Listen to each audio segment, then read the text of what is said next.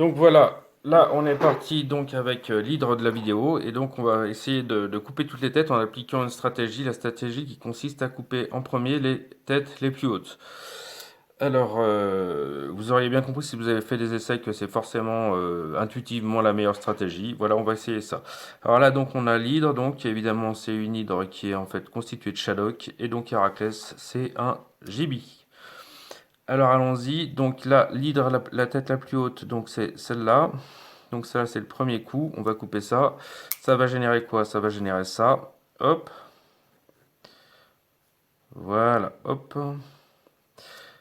Ensuite, on continue avec donc la même stratégie. On coupe donc cette fois celle-là. Hop, c'est le deuxième coup. Un coup, deux coups. Donc le deuxième coup, qu'est-ce que ça va générer? Bah, ça va générer voilà, une tête ici. Hop. Celle-là, elle va se transformer en tête et ça va générer deux fois ça. Donc on va avoir donc ensuite donc voilà une tête ici et une tête là. Donc là qu'est-ce qu'on va faire? On va continuer. Cette fois on va tuer, bah on va couper cette tête là. Hein. Voilà, c'est le troisième coup. Troisième coup. Là pareil, ça va transformer donc ce point en tête, ce nœud en tête et ça va générer donc trois fois ça. Donc on va avoir à nouveau, hop, une tête qui va apparaître là, tac, et celle-là elle apparaît donc trois fois. Et là, qu'est-ce qu'on voit? On voit qu'on a des ensembles caractéristiques. En fait, là, on a un premier nœud et donc 1, 2, 3, 4, 5, 6, 7, 8 têtes. Donc on a un ensemble avec un nœud, 8 têtes. Et on a un ensemble similaire là avec un nœud et 3 têtes. Et puis là, des têtes directement reliées au corps. Donc ce qu'on va faire, c'est qu'on va essayer de s'intéresser à comment on va tuer cet ensemble à 8 têtes. Donc là, j'ai reproduit. Donc là, il faut comprendre que c'est le corps. On a l'ensemble à 8 têtes. Donc on est au quatrième coup. Donc on va couper le premier. Qu'est-ce que ça va faire? Et ben, ça va générer. Donc, ça va générer un ensemble comme ça, hop, avec cette fois cette tête, hein, cette tête. Alors, voilà, cette tête. Donc, il y en aura combien? Bah, il y en aura 4. 4, il va y en avoir 4. On en a 4, puisque c'est le quatrième coup, plus un plus le cinquième, celui d'avant, plus un ça fait 5. Donc là, pareil, qu'est-ce qu'on va faire? Donc on est au cinquième coup, et ben au cinquième coup on va couper la première tête et on va la couper à chaque fois donc pour chacun des 5 ensembles. Donc ça va générer quoi? Bah, ça va générer, voilà, hop, tac, ça va générer donc des ensembles, cette fois à 6 têtes,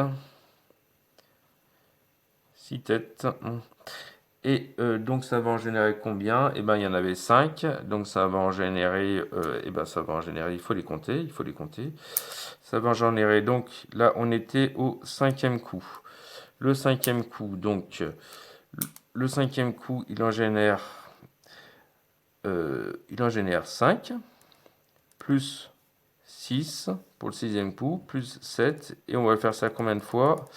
Eh bien, en fait, on a 5 fois cet ensemble, donc on va le faire 5 fois, donc de 5 à 9. Voilà, de 5 à 9. Donc 5 à 9, ça fait 5 fois, ça fait 5 fois 5, plus 1 plus 2 plus 3 plus 4, 1 plus, 1 plus 2, 3, plus 3, 6, plus 4, 10, donc ça fait 10, donc on en a 35. Voilà, donc là on a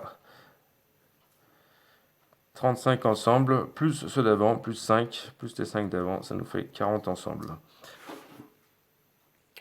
Voilà, et donc on a fait du cinquième au neuvième coup pour faire tout ça. Donc voilà, j'ai continué un peu là. Donc vous voyez, donc dans cet ensemble-là, il y en avait 40. Donc j'ai coupé la première tête pour les 40 ensembles. Et ensuite, donc ça donne ce calcul. Donc c'est du 10 au 49e coup. Donc les ensembles qui vont être générés, ben, ça va être la somme de 10 plus 11 jusqu'à 49. Hein. Et ensuite, donc je transforme ça. Donc ça, je le réécris comme ça. Là, on a la somme des 39 premiers entiers. Donc ça fait ça. On trouve cette formule à laquelle il faut rajouter en fait les 40 têtes qui correspondent à toutes celles-là, qui n'ont pas disparu. Hein. On a 40 ensembles de 6 têtes. Donc là, au niveau des ensembles de 5 têtes, ce que je trouve finalement, hein, vous pouvez suivre un peu là, hein, on trouve à la fin donc 1220 ensembles de 5 têtes. Donc 1220 ensembles de 5 têtes. Donc là, qu'est-ce qui se passe? Eh bien, il se passe que ça devient un peu compliqué. Donc, ce qu'on va faire, c'est qu'on va faire un raisonnement plus général. Parce que si on continue, là, ça va aller un peu trop loin. Ça fait déjà beaucoup. Voilà. Donc là, voilà, j'ai fait un raisonnement plus général. On part donc d'un ensemble qui contient Q fois une structure où il y a n têtes et on est au PM Q. Donc qu'est-ce qui se passe? On va couper Q fois la première tête, hein. Voilà, donc là on a le calcul du nombre de coups, du nombre de têtes d'ensemble générés, hein. On a PQ et P plus unième coup, etc. Ça fait une somme avec qui apparaît la somme des Q plus un premier entier. On transforme ça fait ça. Et en plus, on rajoute donc les Q ensemble d'avant qui n'ont pas disparu. Donc on passe d'ensemble à n tête à l'ensemble à n-1 tête. Et ça nous donne donc cette formule-là. Donc alors là, en fait, et on est au P plus Qm coup. Donc en fait, ce qu'on a, c'est qu'on a une suite récurrente avec ni qui est le nombre de têtes au IM, voilà, au IM, IM terme de la suite. PI, c'est le nombre de coups, hein, qu'on va faire, les coups cumulés, et QI, c'est le nombre d'ensembles. Voilà, on a une suite récurrente, donc c'est ça, hein, c'est cette suite récurrente-là. Vous voyez, on retrouve ce qu'on avait avant. Alors, pour résoudre, voilà, pour trouver, ça on a des formules récurrentes. Pour trouver des formules qui soient explicites, c'est un peu compliqué, parce que là, on a une suite récurrente non linéaire, hélas, parce que là, on a un QI qui est multiplié par un QI, donc c'est non linéaire, on ne peut pas appliquer les formules qu'on connaît. Je ne sais pas s'il existe une formule explicite, donc ce qu'on va faire, c'est qu'on va utiliser Excel donc, pour simuler tout ça. Donc on se rappelle ce qu'on avait là, donc on avait un ensemble ici avec similaire à ceux sur lesquels on a réfléchi avec 3 têtes, et un ensemble ici, on avait compté, c'est un ensemble avec un nœud et 8 têtes, voilà. Donc voilà, j'ai simulé ça avec Excel. Donc là, qu'est-ce qu'on a? Eh bien, on part d'un ensemble avec 8 têtes, NI, hein. Là on a les I. 8 têtes au premier coup, ensuite on en est au quatrième coup et on a un seul ensemble. Donc là voilà, j'ai rentré les formules de récurrence récurrentes voilà.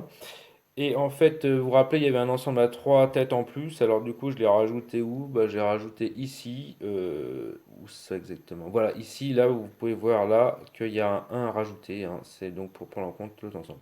Alors on arrive à quoi? Alors quand on arrive à un nombre de têtes égal à zéro, qu'est-ce que ça veut dire? Ça signifie juste qu'on a cette fois compté donc des éléments qui n'ont plus de tête au-dessus du nœud. Donc en fait c'est directement des éléments qui sont directement reliés donc voilà au corps. Et donc là, c'est le nombre de coups nécessaires pour arriver à ça. Donc il faut rajouter à ça quoi? Le nombre de coups nécessaires en plus pour couper toutes les têtes qui sont reliées au corps. Et on arrive, voilà, à un truc assez important. Donc là, vous avez donc ce qui est nécessaire, 9,89 fois 10 puissance 89 coups. En fait, il faut le rajouter à ça, évidemment. Mais bon, comme c'est 10,89, ça va pas changer beaucoup si on rajoute un truc en 10 puissance 85. Donc au final, qu'est-ce qu'on a? Eh bien, on a le résultat qui est ici, là. Donc il nous faut donc 9,89 fois 10 puissance 89 coups pour arriver voilà, à tuer cette hydre avec cette méthode qui semble être en fait quand même la plus efficace, hein, d'après ce qu'on a. Alors là, je me suis amusé à calculer en fait combien de temps est-ce que ça prendrait. Alors combien de temps est-ce que ça prendrait? Alors ici, je prends une hypothèse là, donc pour ce calcul-là, vous voyez en haut, je prends une hypothèse où on met donc où Héraclès met un millième de seconde là pour tuer pour couper chaque tête.